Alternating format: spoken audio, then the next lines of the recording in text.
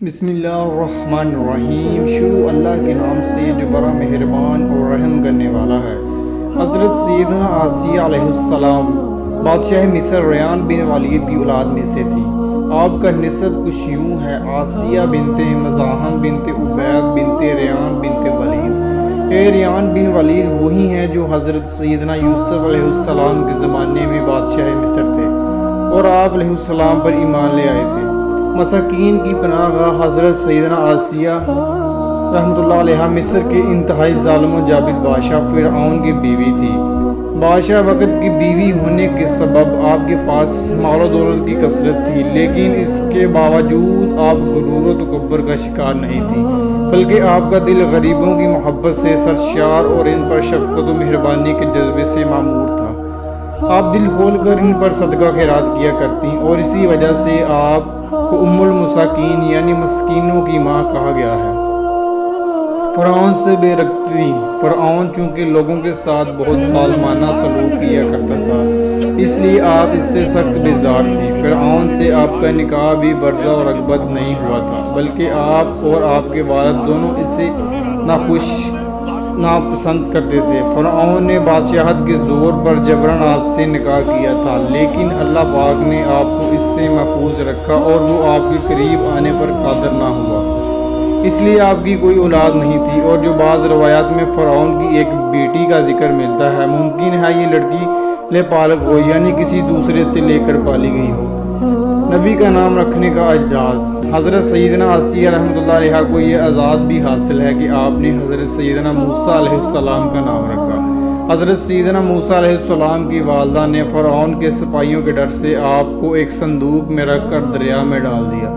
دریا سے ایک نہر فرعون کے محل کے پاس سے بہتی تھی اور یہ صندوق بہتا ہوا اسی نہر میں چلا گیا۔ فرعون نے حکم دیا کہ اسے محل میں لا کر کھولا جائے۔ جب صندوق کھولا گیا تو اس سے ایک خوبصورت بچہ نکلا۔ یہ صندوق پانی اور درختوں کے درمیان پایا گیا تھا، اسی وجہ سے حضرت بی بی آسیہ رحمۃ اللہ علیہ نے آپ کا نام موسیٰ رکھا۔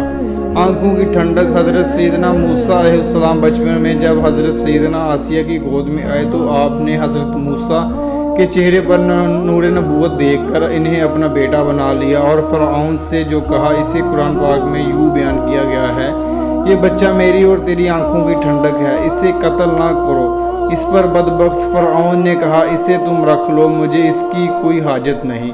پیارے آقا حضرت محمد مصطفیٰ صلی اللہ علیہ وآلہ وسلم کا فرمان ہے: اگر آسیہ کی طرح فرعون بھی اس بات کا اقرار کرتا کہ یہ بچہ اس کی آنکھوں کی ٹھنڈک ہے تو ضرور اللہ پاک اسے ہدایت عطا فرما دیتا، جیسے آسیہ کو عطا فرمائی۔